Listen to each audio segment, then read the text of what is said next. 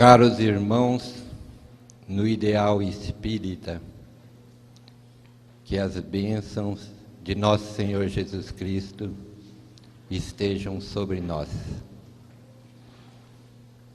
Eu estou me sentindo como um índio chavante, transportado da taba na selva onde mora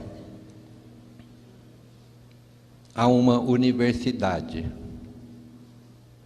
perante professores ilustres, com a obrigação de falar sobre o apóstolo que o catequizou. O coitado do índio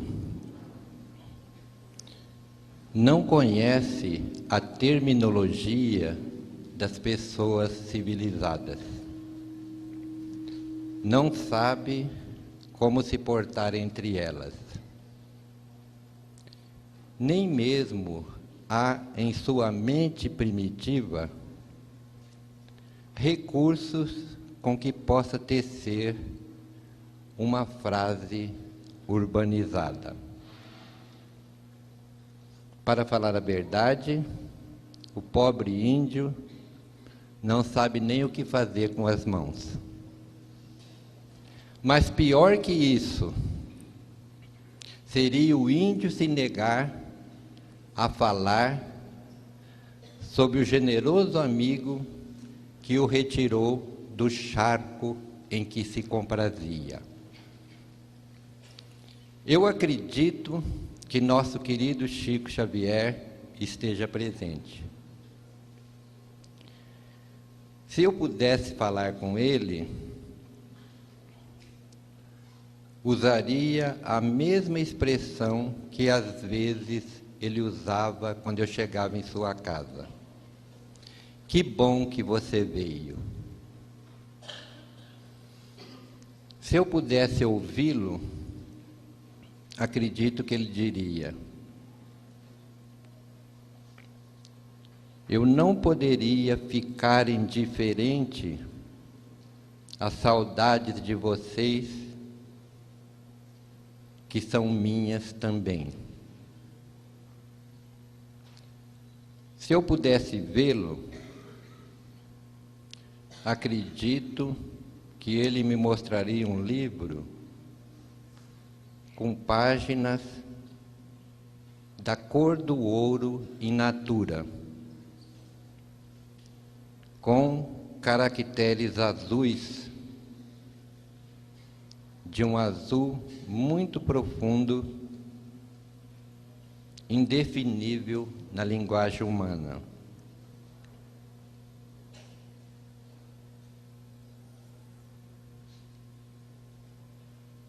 Indicar-me-ia um texto que ele gostaria de deixar como mensagem para o nosso encontro.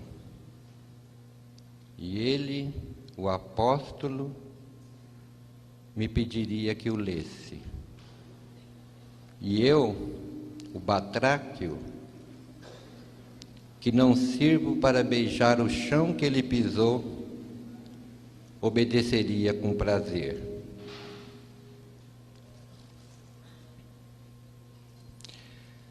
Se entre vós houver dissidências, causas de antagonismos,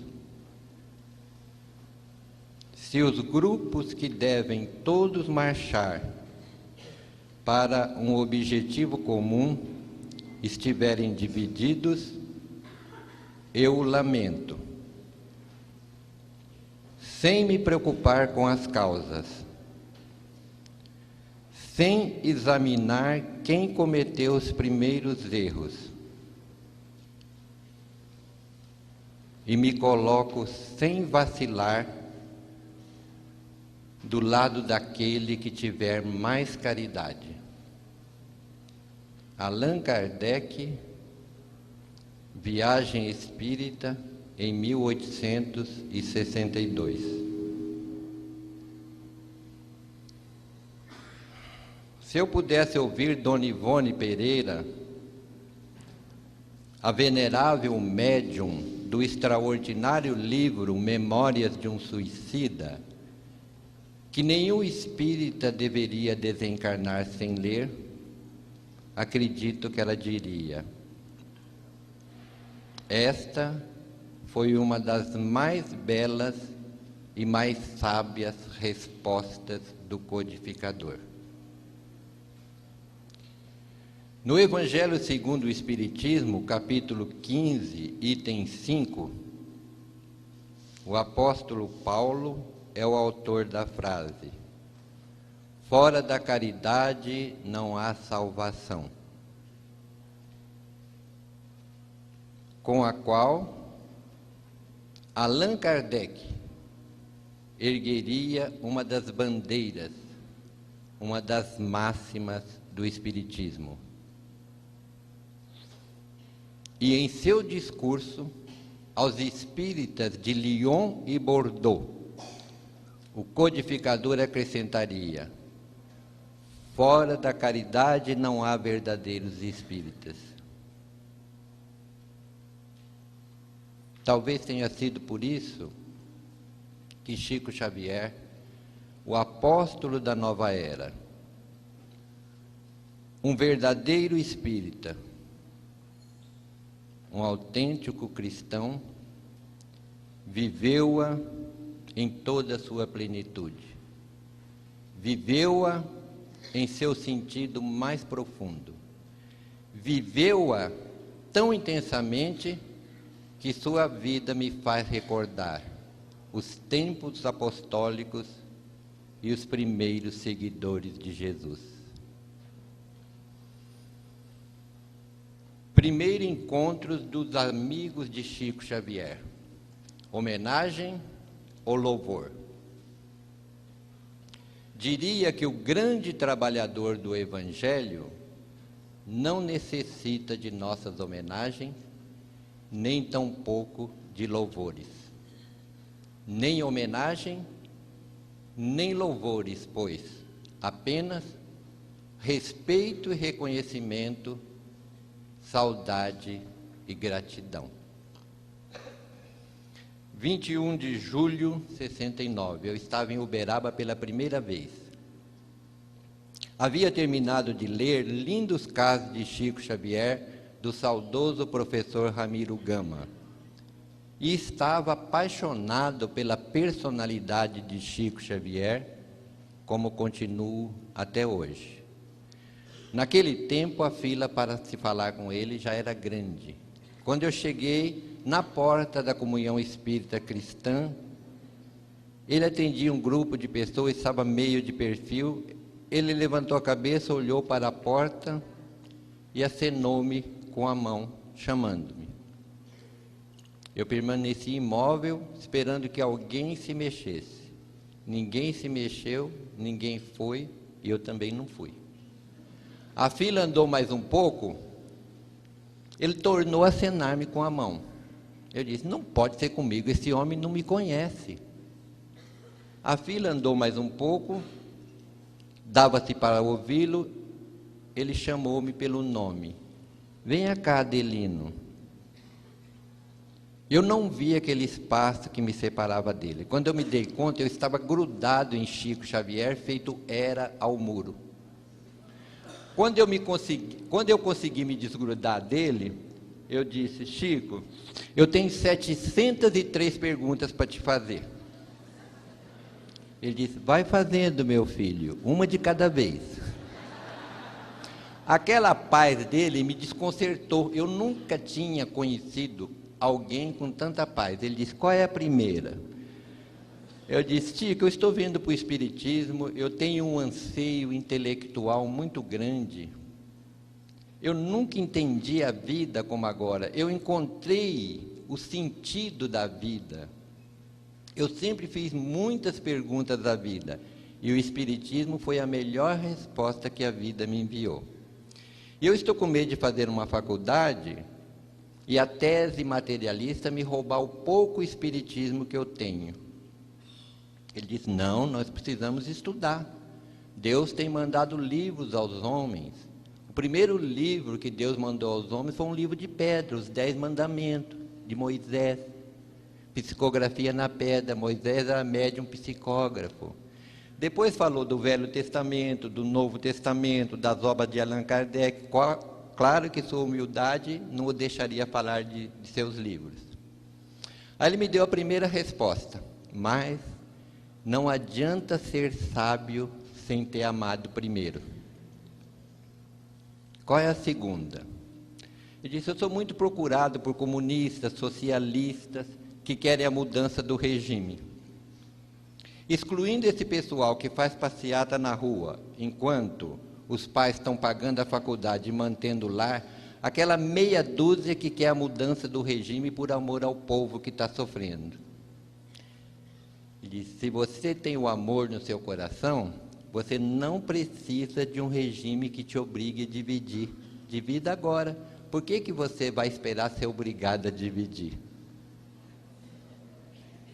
Aí eu disse: Chico, por que nós brasileiros somos tão contidos em matéria de sexo? Eu era jovem, tinha 26 anos na época, quando o sexo é praticado livremente, e declinei o nome de 2 países. Ele disse: mas esses países que você mencionou são os países de maior índice de suicidas do mundo. Se o sexo resolvesse o problema, eles não se matavam, não é mesmo? Aí eu arrisquei: e as imensas concessões do amor livre? Ele disse: se é livre, não pode ser amor, porque o amor é com responsabilidade. Essas 3 respostas de Chico Xavier, aliás, que foram 4, me mudaram a vida para sempre. E as outras 699 eu fiz no decorrer dos 33 anos de amizade sem jaça. E uma das que eu considero mais importante é esta: Chico, por que Jesus falou assim: buscai primeiramente o reino de Deus e a sua justiça? Por que ele não falou assim: buscai primeiramente o reino de Deus e a sua misericórdia? Por que ele mandou buscar exatamente a justiça? Ele disse assim: porque a justiça está acima da misericórdia. Eu falei: Chico, eu não consigo entender isso. Facilita, vai. Já tinha passado alguns anos, eu já me considerava mais íntimo, né?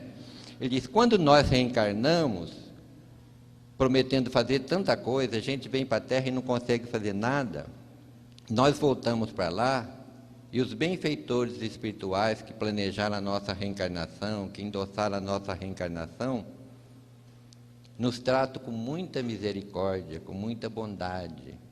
Não há ninguém nos acusando nas colônias espirituais, não. Mas parece que quanto mais bondade e misericórdia eles usam para conosco, mais envergonhados nós ficamos. Aí nós enchemos de coragem e pedimos a nova reencarnação. De maneira que sem justiça não teremos paz. Ninguém tem paz com contas a pagar. Chico, qual que é a virtude mais difícil de ser adquirida? A paciência ou a humildade? Uma não vem sem a outra, mas a mais difícil é uma terceira: a abnegação. A abnegação não pode ser ensinada, ela deve ser vivida no silêncio com Deus. Temos que compreender que nós não somos nada, dono de nada. Você já leu aquela epístola de Paulo a Timóteo? Lá ele fala assim: nada trouxemos para este mundo, e manifesto é que nada podemos levar dele. Desprender-se das posses, das pessoas, eis o caminho. Uma das nossas maiores dificuldades aqui na Terra é entender a vontade de Deus a nosso respeito. Que um dos maiores exemplos que nós temos na história da humanidade foi o de Paulo de Tarso, ainda Saulo, quando o Cristo lhe aparece em pleno sol do meio-dia. Ele caiu do animal, ele estava de joelhos, ele não tinha se levantado ainda, ele disse: Senhor, que queres que eu faça? Ali deixou de existir Saulo de Tarso para nascer o grande apóstolo Paulo de Tarso. Quem deixou de existir Saulo de Tarso para nascer o grande apóstolo Paulo de Tarso? Quem de nós, diz ele, que antes de nos levantarmos de manhã, dizemos assim: Senhor, que queres que eu faça hoje? Aí eu perguntei: Chico, por que tanta dificuldade no casamento? Por que tanta dificuldade na vida em família? Ele me disse: porque nós amamos muito pouco. Tenho aprendido com os benfeitores espirituais que um corpo, uma família, um plano reencarnatório dá muito trabalho, leva muito tempo. Nós não podemos ir desistindo muito facilmente dos nossos compromissos. A desistência do dever gera um complexo de culpa muito grande.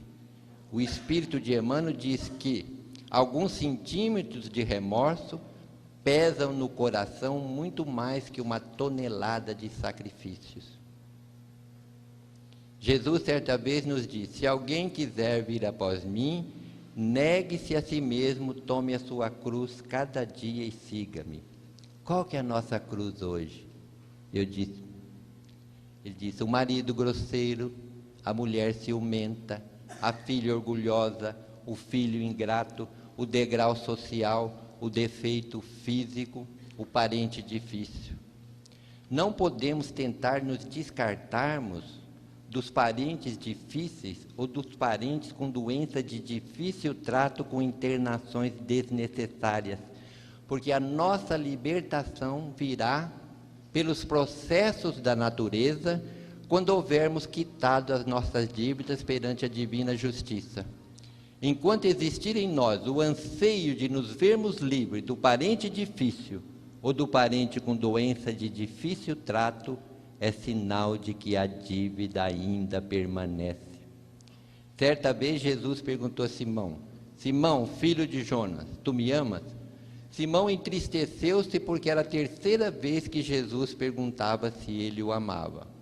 E disse: Senhor, tu sabes todas as coisas, tu sabes que eu te amo. Jesus lhe respondeu: apacenta as minhas ovelhas, isto é, tome conta do meu rebanho. Interessante notar que Jesus não perguntou: Simão, você tem inteligência, cultura, dinheiro, propriedades, bens, você é casado, você tem filhos? Perguntou se ele o amava, como a nos indicar que se nós tivermos amor, todas as nossas dificuldades ficarão suportáveis.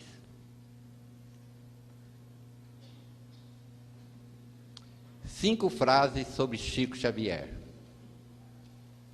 Se aprendi a doutrina espírita nas obras de Allan Kardec, eu a compreendi nos exemplos de Chico Xavier.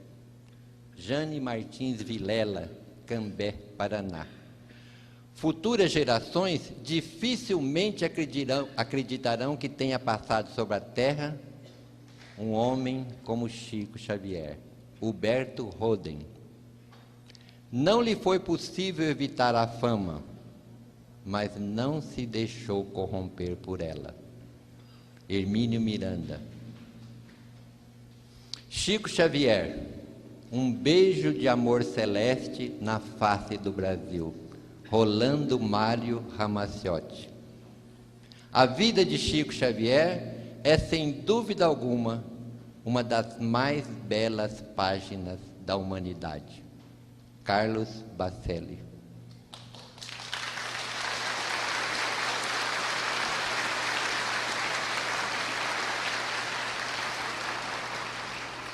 Cinco frases de Chico Xavier. A Terra sem Jesus seria como um planeta sem luz. Justiça sem misericórdia é como terra sem água. A culpa só se resolve com amor e trabalho. Não é porque não temos pé que temos o direito de menosprezar a dor da unha encravada de nossos irmãos. Quem chuta um animal é porque ainda não aprendeu a amar.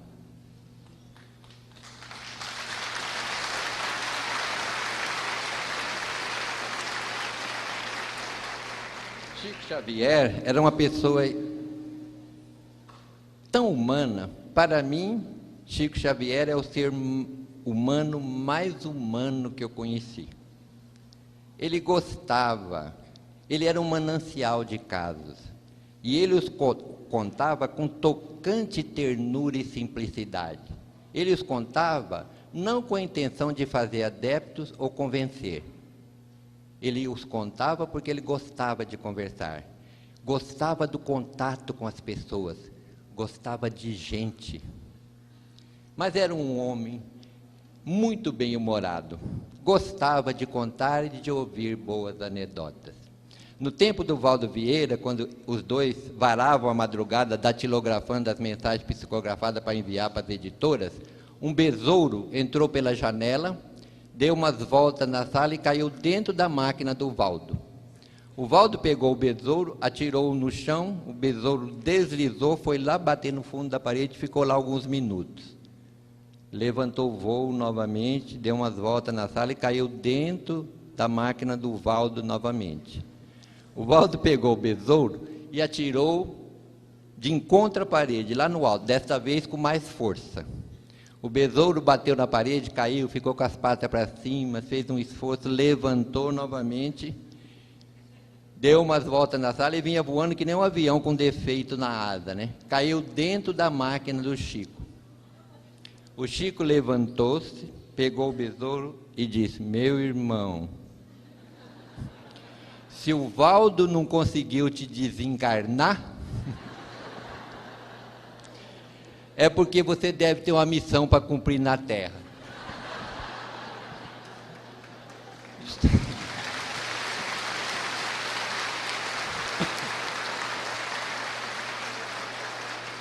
Jogou o besouro pela janela e disse: vai com Deus, vai com Deus.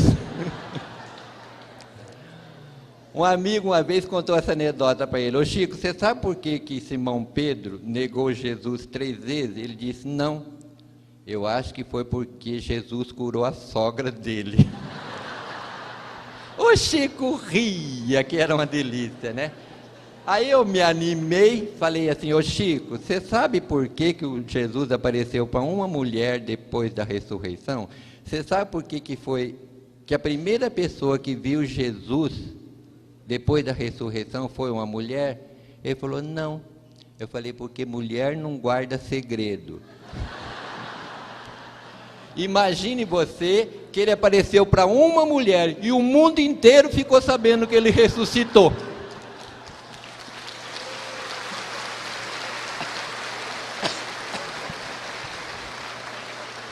Aí ele nos contou uma anedota. Ele tinha um jeito peculiar de contar anedota. Ele disse: gente, outro dia teve um senhor aqui, contou-me uma anedota, eu vou contar para vocês, mas olha, eu quero que vocês saibam que eu sei que Nosso Senhor não faria isso, é uma anedota, tá? A gente falava: tá bom, Chico, tá bom. Aí disse: havia um homem muito cru. Eu já interrompi e falei: ô Chico, o que é cru? Ele falou: é para não falar cruel. Aí ele disse assim, que o homem assaltava, sequestrava, matava, torturava, tudo quanto era coisa ruim, o homem fazia. Quando ele desencarnou, o homem foi atraído para o Vale das Trevas. Depois de muitos anos, ele conseguiu se libertar e de informação em informação, chegou nas portas do céu. Aí queixou-se muito com São Pedro. Ele queria que São Pedro fosse falar com Nosso Senhor e que ele estava sendo muito injustiçado, tudo. Aí São Pedro foi falar com Jesus, contou o caso, aí Nosso Senhor falou. Aí o Chico falava assim: gente, Nosso Senhor não faria isso, é uma anedota, tá? Não. E eu ficava pensando: meu Deus, que será que Nosso Senhor falou que o Chico não quer contar de jeito nenhum, né? Aí depois da quarta, quinta vez, ele atravessou o momento crucial da anedota e disse: aí Nosso Senhor pegou uma... a única coisa boa que esse homem havia feito era ter dado 50 centavos para um mendigo. E ele foi nas portas do céu tirar satisfações, que ele não era tão mal assim. Aí Nosso Senhor pegou 50 centavos e falou: Pedro, devolve os 50 centavos dele e fala para ele que o lugar dele é no inferno mesmo. Pelo menos por enquanto. Aí o Chico ria, era um sorriso, gargalhava, era uma gargalhada assim, suave, serena, equilibrada, uma gargalhada quase silenciosa. Vamos dizer assim, era uma gargalhada evangélica. Mas eu presenciei muitos casos, ouvi muita coisa de Chico Xavier. Eu vou contar com a velocidade que o tempo me permite, porque não há como emoldurar a paisagem para o Chico entrar em cena. Mas um dia eu cheguei lá e ele disse: minha mãe me visitou poucas horas antes de você chegar. Eu disse: não diga. Ela me disse que se formou em assistente social hoje e que ela não vai mais me aparecer. Eu disse: mãe, mas a senhora vai me abandonar? Ela disse: não, meu filho, imagine que seu pai precisa reencarnar, e ele falou que só reencarna se eu voltar como esposa dele. Então eu fui falar com Cidália, que foi a sua segunda mãe, que criou vocês com tanto amor, e nunca fez distinção entre os meus filhos e os dela. E nunca me esqueci quando ela disse assim, que só se casaria com ele se ele fosse buscar todos vocês para que ela os criasse. Então eu expliquei para ela que eu precisava voltar à Terra, ela disse também que precisava. Então eu disse: Cidália, você aceitaria nascer como nossa primeira filha? Aí nós nos abraçamos, choramos muito, e quando nós nos despedimos, eu disse: Cidália, há alguma coisa que eu possa fazer por você quando eu for sua mãe? Ela disse: Dona Maria, eu sempre tive inclinação para a música, mas nunca pude me aproximar de um instrumento. Eu sempre amei o piano. Aí Dona Maria João de Deus disse: tá bem, minha filha, eu vou imprimir no meu coração um desejo para que a minha primeira filha venha com inclinação para a música. Jesus há de nos proporcionar a alegria de possuir um piano. Até um dia, meu filho. Nesse instante, o Chico terminou a narrativa dizendo que naquele momento ela também começou a chorar.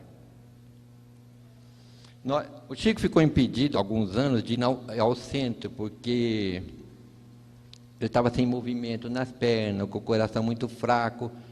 Mas a multidão, nos dias que ele estava melhor, cercava a rua dele. E naquele dia havia gente dos 4 cantos do Brasil. A rua da casa do Chico fervilhava de gente. Quando o portão se abriu, eles foram passando uma por uma em frente dele.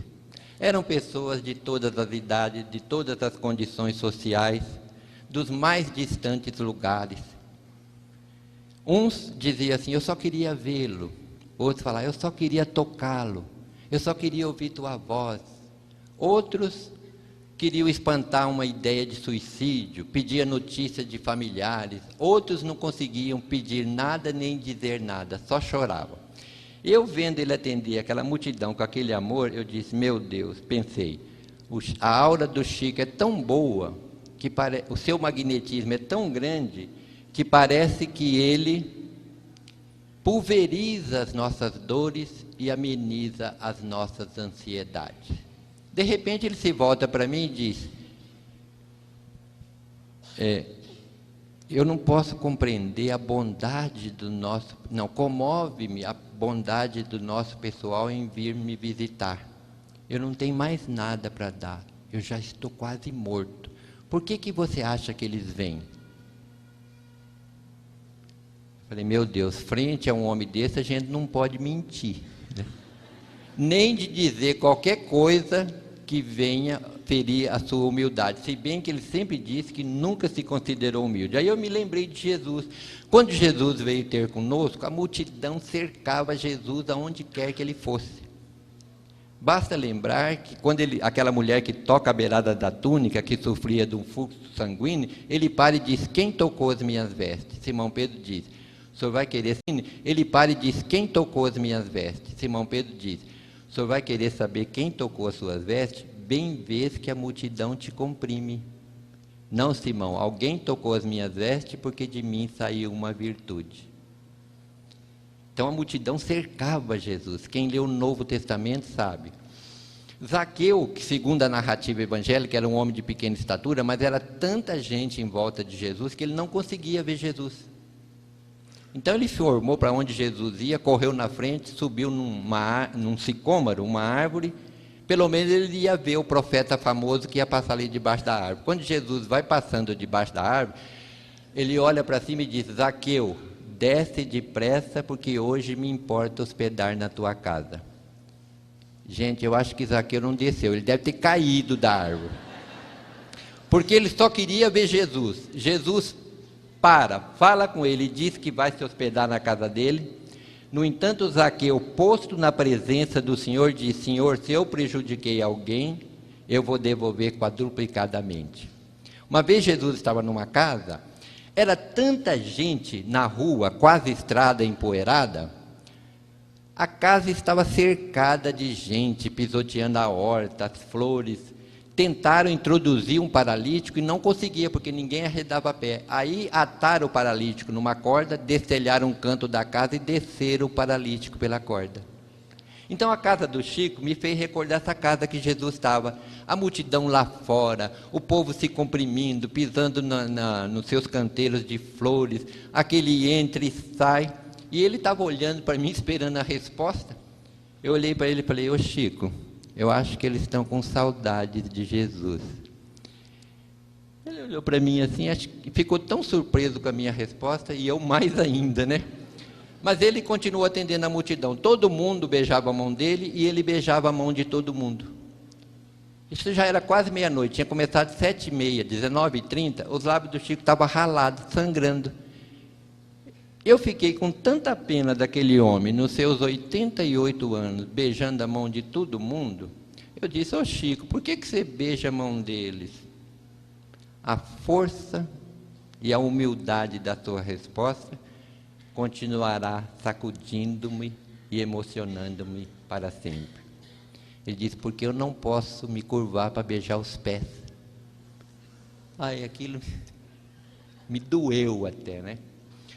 Então, para mim era o representante de Nosso Senhor na Terra, né? Nesses 33 anos que eu vim a Uberaba, eu conheci muita gente. Gente boa, gente meio boa e gente menos boa. Alguns o tempo vai apagando da memória, mas ele nunca vai ter força suficiente para apagar esse personagem. Naquele tempo que as sessões do Chico se estendiam pela madrugada, ele chamou minha atenção pela alegria com que ele chegava perto do Chico. Os olhos dele quase se inundavam de luz. Era sempre o último da fila. Ele vinha com aquele passo cansado, trôpego, né? Ele tinha a pele muito escura, o cabelo enrolado, uma ferida, quase sempre uma ferida nos lábios, pés rachados. Chamava-se Jorge. Eu acredito que o Jorge deve ter tomado muito pouco banho na vida dele, porque seu corpo franzino, magro, mal alimentado, exalava um odor desagradável. Ele tinha na boca alguns dentes apodrecidos, e quando ele falava, o hálito dele era quase insuportável.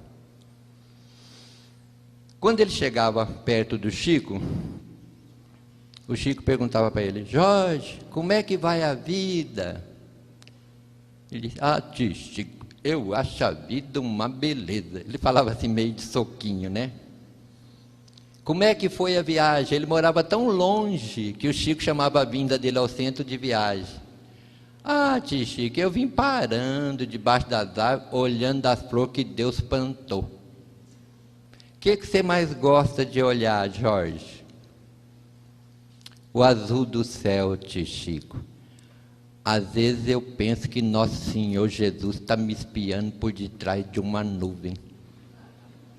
E o Chico conversava com o Jorge 5, 10, 15 minutos. Eu falava: meu Deus, por que o Chico não diminui o tempo do Jorge?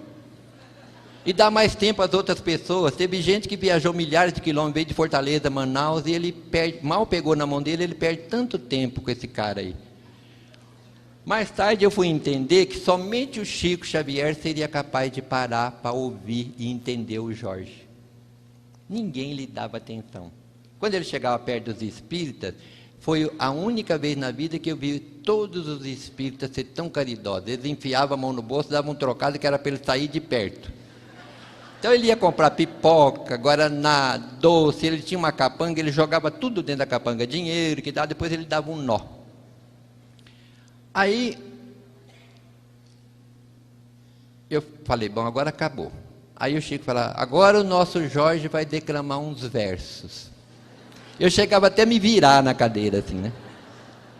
Aí o Jorge declamava 2, 3 versos.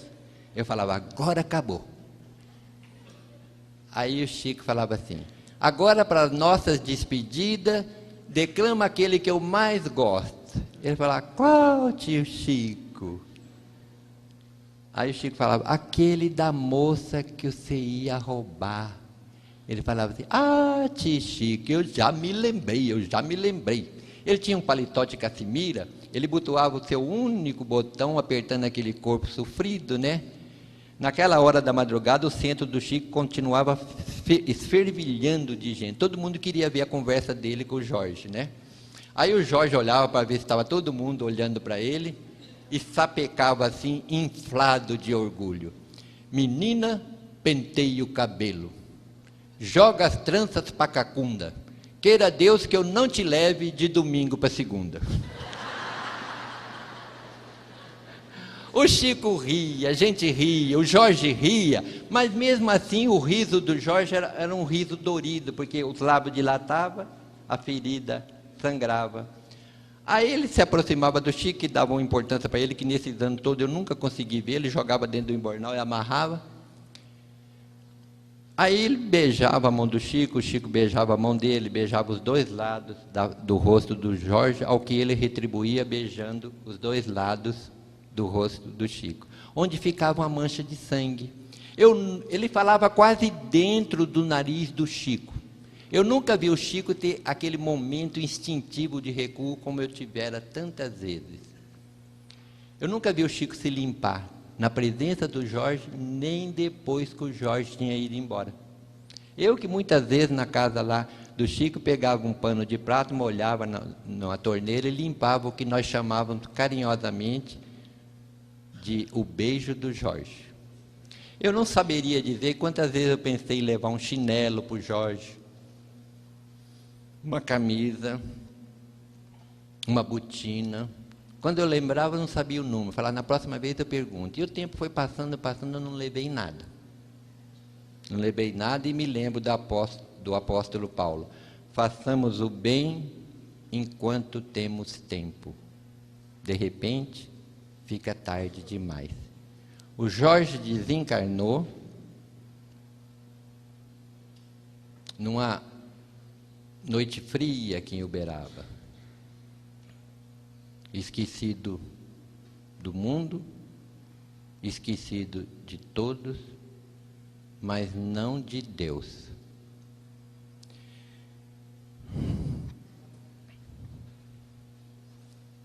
Contou-me o Chico Xavier, na presença do Bacelli e da Márcia, contou-nos.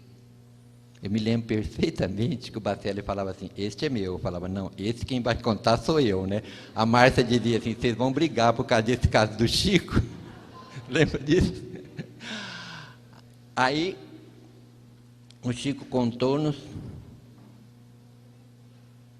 que a personalidade sublime de nosso Senhor Jesus Cristo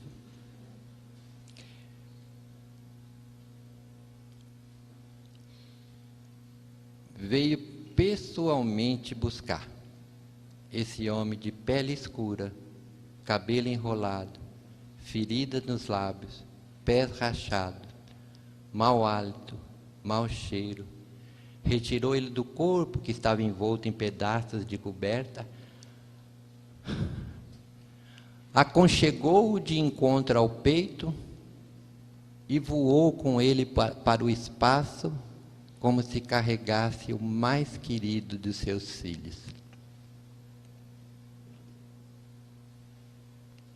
Não vos deixarei órfãos, estarei convosco até o fim dos séculos.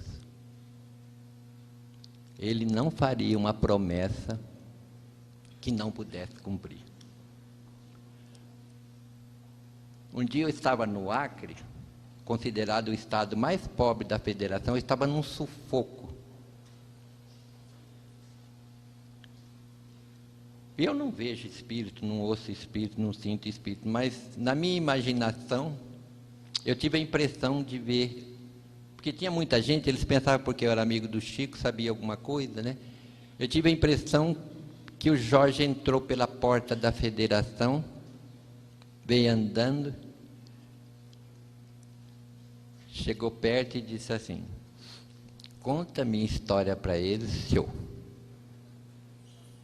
Há 2 anos eu estava em Portugal, no Centro Espírita Casa do Caminho, de nosso irmão Rui Marta e nosso irmão Joaquim, que vieram especialmente para esse encontro, também num sufoco. Quando eu olhei para a porta lá do centro do Rui, eu tinha a impressão, ou a minha imaginação, que o Jorge entrava e dizia assim: conta a minha história para eles, senhor. E hoje, quando eu estava terminando, com saudade de Jesus, eu tive a impressão de que ele atravessou o corredor,